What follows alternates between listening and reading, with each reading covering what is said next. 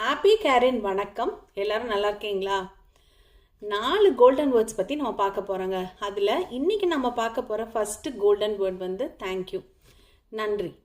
நன்றின்ற வார்த்தையை நம்ம லைஃப்பில் யூஸ் பண்ண நமக்கு நிறைய ஹாப்பி ஹார்மோன்ஸ் நமக்கு பிரெயினில் செக்ரேட் ஆகுங்க. என்ன அப்படின்னா இட்ஸ் அன் இமோஷ்னல் ஃபீலிங்.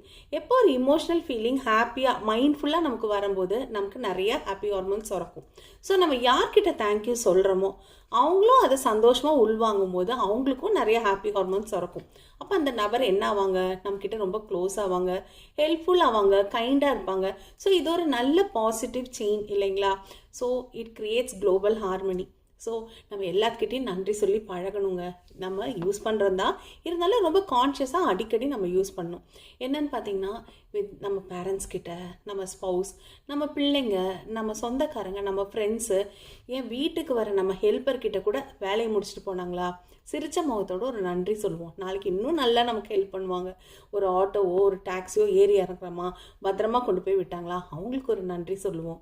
வீட்டில் கார்பேஜ் எடுக்க வராங்களோ அவங்களுக்கு ஒரு நன்றி சொல்லுவோம். கடையில் சாமான் வாங்குறோமா அவங்களுக்கு ஒரு நன்றி. ஆஃபீஸில் யாராவது ஹெல்ப் பண்ணுறாங்களா அவங்களுக்கு ஒரு நன்றி. பக்கத்து வீட்டில் யாராவது ஹெல்ப் பண்ணுறாங்களா.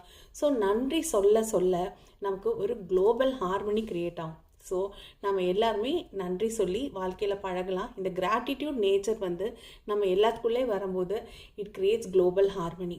ஸோ எல்லாருமே தேங்க்யூ, நன்றி அடிக்கடி யூஸ் பண்ணி பழகலாம். நன்றி, வணக்கம்.